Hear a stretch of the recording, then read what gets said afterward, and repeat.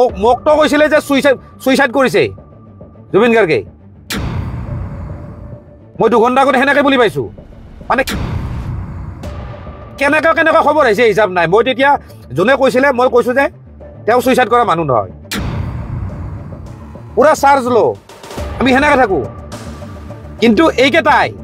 যিকেটা সিংগাপুৰত আছিল তাতে যেহেতু গধূলি শো আছে তাতে ফুৰাব কিয় নিছে তাতে মানুহটো খুৱাব দিব লাগে জানে তাতে যে মানুহটো দুৰ্বল এনে বডিটো একো নাই তাৰ তাতো কেই কেজিনো আছে একদম বোলে বুঢ়া হৈ মৰি গৈছে তেতিয়া হলে বেলেগ কথা তেতিয়া হলে ইমান দুখ নালাগে কিন্তু তেওঁ আৰু বহুত দি গলে হয় আৰু লৈ তেওঁ সদায় বেপাৰ কৰে কেতিয়াবা নৰ্থ ইষ্ট ফেষ্টিভেল কেতিয়াবা ৰঙালী আপোনাৰ কি ধৰণে তেওঁক মেইনটেইন কৰিব লাগে সেইটো মেনেজাৰৰ দায়িত্ব হ'ব লাগে কিন্তু সি ঢকৰাৰ খালি পইচা লাগে লৈ তেওঁ সদায় বেপাৰ কৰে কেতিয়াবা নৰ্থ ইষ্ট ফেষ্টিভেল কেতিয়াবা ৰঙালী আপোনালোকে সকলোৱে দেখিছে এই ৰঙালীত যোৱাবাৰ যিটো হ'ল খানাপাৰা ফিল্ডত মদ খাই বাহুল্যামি ফটুৱামি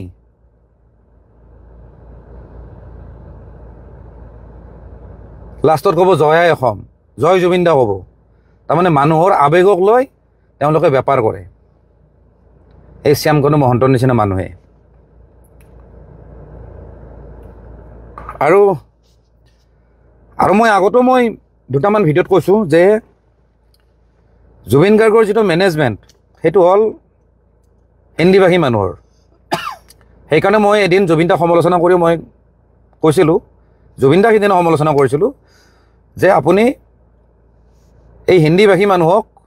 মেনেজমেণ্টত নাৰাখিব কাৰণ হিন্দীভাষী মানুহে আমাৰ অসমীয়াৰ আৱেগ বুজি নাপায় তাহাঁত হ'ল বেপাৰী তাহাঁতে ইয়াতে বেপাৰ কৰিছে পইচা যেতিয়া হ'ব ঘৰত পঠাই দিব তাহাঁতৰ অসমীয়াৰ আৱেগ লৈ কোনো মতলব নাই সিহঁতে ইয়াতে টেম্পৰাৰী থাকে ক'ৰবাত ফ্লেট কিনিছে বা ক'ৰবাত ভাড়াত আছে মন গ'লে তাহাঁতে গুচি যাব আপোনালোকে জানে বৰ্তমানৰ যিজন সিদ্ধাৰ্থ শৰ্মা সি এজন মাৰোৱাৰী হয় বিৰাট অসভ্য বিৰাট হাৰামজাদা কোনো এজন মানুহক ভাল সন্মান নকৰে সি মোৰ কথা কোৱা নাই মোৰ কথা পিছত কয় বাৰু সেইটো মই নকওঁ কিন্তু অসমৰ ইমূৰৰ পৰা সিমূৰৰ পৰা যিমান ল'ৰা ছোৱালী জুবিন দাক লগ কৰিব আহে তাহাঁতে বেয়া ব্যৱহাৰ কৰে সিহঁতে জুবিন দাক সিহঁতৰ বাপেকৰ সম্পত্তি বুলি ভাবে সেইজন এজন মহা অসভ্য সি এইখিনি কথা জানিব লাগে যে জুবিন দাই আজি কিমান পেক খাইছে কেতিয়া শুব লাগে কাৰণ পিছদিনাখন শ্ব' আছে কিবা আছে হেল্থটো যে কিমানখিনি বেয়া কি ধৰণে তেওঁক মেইনটেইন কৰিব লাগে সেইটো মেনেজাৰৰ দায়িত্ব হ'ব লাগে কিন্তু সি ঢকৰাৰ খালি পইচা লাগে তাৰ বেলেগ কথা কোনো মতলব নাই লাপৰবাহীৰ কাৰণে জুবিন দা আজি নাই আৰু সেই ভুলখিনি সিহঁতে জানে সেইকাৰণে সিহঁতে খবৰটো দিওঁতে অসমত খবৰটো দিওঁতে 2-3 ঘণ্টা লগাইছে মোৰ হিচাপত 2-3 ঘণ্টা বাকীটো কিমান ঘণ্টা মই চিয়ৰ নহয় কাৰণ মই 2 ঘণ্টা আগতে মই গম পাইছোঁ মই অজয় ফুকনক ফোন কৰাইছোঁ হয়নে নহয় দীপেন হয় না তোক মই ফোন কৰিছোঁ নে নাই কালি মই ইয়াক ফোন কৰিছোঁ মই দীপেনক ফোন কৰি সুধিছোঁ যে এনেকুৱা তই খবৰটো লৈ মই জুবিন দাৰ লগত কথা পাতোঁ ই হাঁহিছে তই কি ফাল্টু কথা কৈ আছা তোৰ কথা ক'লে জুবিন দাক খং কৰিব এনেকৈ কৈছে বোলো নহয় মই জুবিন দাক বিচাৰিছোঁ তই একবাৰ ফোন কৰচোন তাৰপিছত জয়ন্ত কাকতিক ফোন কৰিছে অজয় ফুকনক ফোন কৰিছে বাবু বৰুৱাক ফোন কৰিছে ছিংগাৰ বাবু বৰুৱা চবেই গমেই নাপায় কোনেও গম নাপায় তাৰ মানে কি তাৰ মানে খবৰটো বহুত দেৰিকৈ দিয়া হৈছে অসমত বনাই কিনে দিয়া হৈছে আমুকে আমুক বুলি ক'ম আমি আমুক বুলি ক'ম তাতে মিটিং কৰা হৈছে তাতে একদম পুৰা স্ক্ৰিপ্ট বনাই লোৱা হৈছে যে এনেকৈ কোৱা হ'ব হা আমি কেনেকৈ গম পাওঁ খবৰটো আমি বেলেগকৈ পাইছোঁ বাৰু ন' ডাউট মোকতো কৈছিলে যে সুইসাইড কৰিছে জুবিন গাৰ্গে মই 2 ঘণ্টা আগতে হেনেকে বুলি পাইছোঁ মানে কেনেকা খবৰ আহিছে হিচাপ নাই মই তেতিয়া জনে কৈছিলে মই কৈছোঁ যে তেওঁ সুইসাইড কৰা মানুহ নহয় কৈছিলে যে হেৰি পানীত হেৰি কৰিছে এই জাপ দিছে জাপ দি মানুহজনে এনেকুৱা হৈছে আৰু কৈছে যে আধা ঘণ্টা নাই সেইটো এটা বিৰাট ডাঙৰ প্ৰশ্ন কিন্তু আৰু মই বেলেগ এটা সোৰ্সৰ পৰা গম পাইছোঁ যে জুবিন গাৰ্গক আধা ঘণ্টা ধৰি বিচাৰি পোৱা নাছিল সেইটো কথা কিন্তু কোনো নিউজত বজা নাই কিন্তু এতিয়ালৈকে জুবিন গাৰ্গক আধা ঘণ্টা ধৰি বিচাৰিবলৈ পোৱা নাছিল সেইটো আমি 2 ঘণ্টা আগত গম পাইছিলোঁ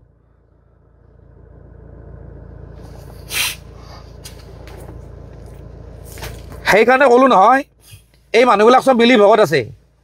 গোটেইবিলাকক একদম জেৰা কৰিব লাগে যিমান মানুহ আছে তাতে শেখৰজ্যোতি গোস্বামী হওক শ্যামকানু মহন্ত হওক আৰু তাতে সেই নৰ্থ ইষ্ট ফেষ্টিভেলত তাতে যিখিনি অসমীয়া যিখিনি সমাজ আছে যিখন ছ'চাইটি আছে প্ৰত্যেকটা মানুহক বেলেগ বেলেগকৈ জেৰা কৰিব লাগে বেলেগ বেলেগ ৰুমত তেতিয়া চব কথা ওলাই যাব প্ৰি প্লেনিং বুলি মই নকওঁ কিন্তু লগত থকা মানুহবিলাকৰ ভুলৰ কাৰণে সেই ঘটনাটো হৈছে আজি যেনেকৈ এই শ্যামকানু মহন্ত নিচিনা এইবিলাক যে মানুহ যে সিদ্ধাৰ্থ এইবিলাক শেখৰজ্যোতি গোস্বামী এইবিলাকৰ লগত যেনেকৈ হেৰিত গৈছে কি কয় এইটো ছিংগাপুৰ গৈছে ময়ো বহুত জেগাত গৈছোঁ জুবিনদাৰ লগত কলকাতাত গৈছোঁ 2বাৰ 3বাৰ বম্বেত গৈছোঁ ক'ৰবাত গৈছোঁ ছিংগাপুৰত যেনেকৈ ৰাতি যেনেকৈ গান গাইছে সেনেকৈ জুবিনদাই কলকাতাতো গান গাইছে তেওঁ যিহেতু গানৰ পাগল মানুহ যদি কোনোবাই যদি ডাঙৰ ছিংগাৰ যদি গাই আছে বা কোনোবাই যদি বাৰত গাই আছে তেওঁ গান গাব যায় কলকাতাৰ 5 ষ্টাৰ হোটেলখনতো তেনেকৈ গান গাইছিলে মই নিজে আছোঁ লগত কিন্তু আমি জানো যে গান গাওঁ তাৰপিছত আমি খুৱাব লাগিব তাক খুৱাব লাগিব ভাতকেইটা জোৰ জবস্তি বুদ্ধি কৰি হ'লেও খাওঁ আমি লাগিলে আমিয়ে নোখোৱা হওঁ হাঁহি ধেমালি কৰোঁ তেওঁ যেনেকৈ কমফৰ্টেবল পায় তেওঁৰ যাতে কথাবিলাক ইগত নালাগে সেনেকৈ কথাখিনি কৈ কিনে আমি ভাতকেইটা খুৱাই কিনে খুৱাই দিওঁ নজগামি আমি পুৰা টোপনি মাৰ পুৰা চাৰ্জ ল আমি সেনেকৈ থাকোঁ কিন্তু এইকেইটাই যিকেইটা ছিংগাপুৰত আছিল তাতে যিহেতু গধূলি শ্ব' আছে তাতে ফুৰাব কিয় আনিছে তাতে মানুহটো খুৱাব দিব লাগে জানিয়ে তাতে যে মানুহটো দুৰ্বল এনে বডিটোত একো নাই তাৰ তাতো কেই কেজিনো আছে জানিবই লাগে সি মানুহটোৱে এনেই মানুহটোৰ ষ্টেমিনা কম গলটোৰ ষ্টেমিনা আছে বডিটোৰ ষ্টেমিনা কমটো যে সেই মানুহটোক কেনেকৈ ৰক্ষণাবেক্ষণ দিব লাগে কেনেকৈ চাই থাকিব লাগে সেইখিনি দায়িত্ব তাহাঁতৰ আছিল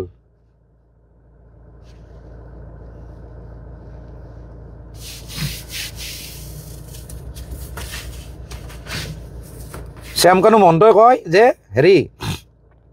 জুবিন গাৰ্গে নিজে ইচ্ছা কৰিছে আৰু কৈছে যে কি কয় এইবিলাক মানে ফৰেন মানে এইবিলাক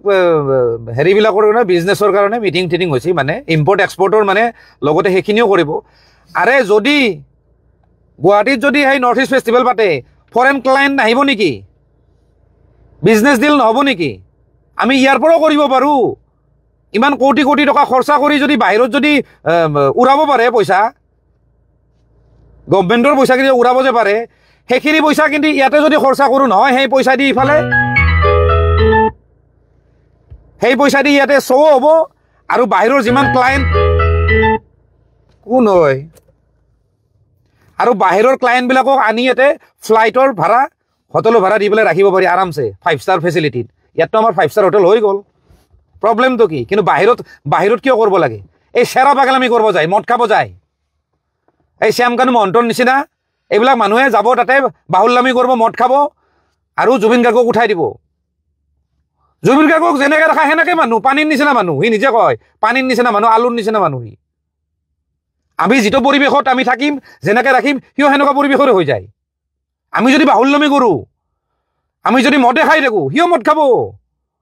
আমি যদি পৰিৱেশটো এনেকুৱা ক্ৰিয়েট কৰোঁ যে নাই মদ এতিয়া নহয় এটা টাইমত অলপ ৰাতি খালী হ'ল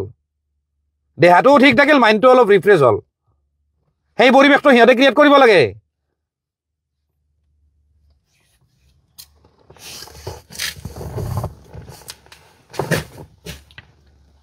এই শেখৰ বোলাটো আকৌ কৈছোঁ এই শেখৰ বোলাটোৱে গোটেই ধ্বংস কৰিছে 2011ৰ পৰা আমি যে জানো এটা কথা আপোনালোকে গম পায়নে যে নেশ্যনেল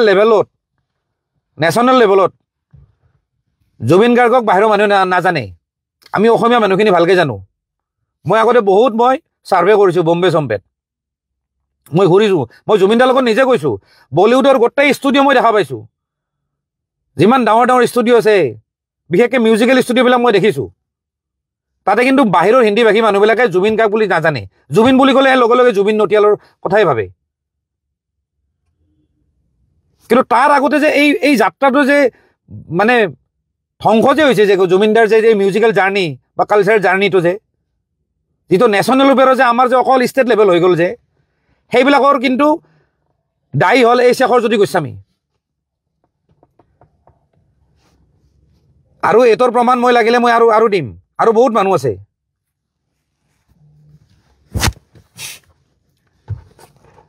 আৰু মই জানো যিখিনি মিউজিক কৰা মানুহ মই কথাখিনি কিমান দূৰ সঁচা কৈছোঁ কিমান দূৰ মিছা কৈছোঁ তেওঁলোকে গম পাব গোটেই পলিটিক্সটো ধ্বংস কৰি দিছে মানে পলিটিক্স কৰি পেলাই গোটেই বেণ্ডটো ধ্বংস কৰি দিছে আৰু জুবিন দাক তাৰমানে সেই জুবিন গাৰ্গক তাৰমানে সেই জুবিন গাৰ্গক যিটো জুবিন গাৰ্গ যিটো মানে এয়াৰপৰ্টত অহাৰ লগে লগে মানুহে হাজাৰ হাজাৰ লাখ লাখ মানুহ ৰখি আছিল সেই জুবিন গাৰ্গক আজিও জুবিন গাৰ্গ বনাই দিছে এই শেখৰজ্যোতি গোস্বামীয়ে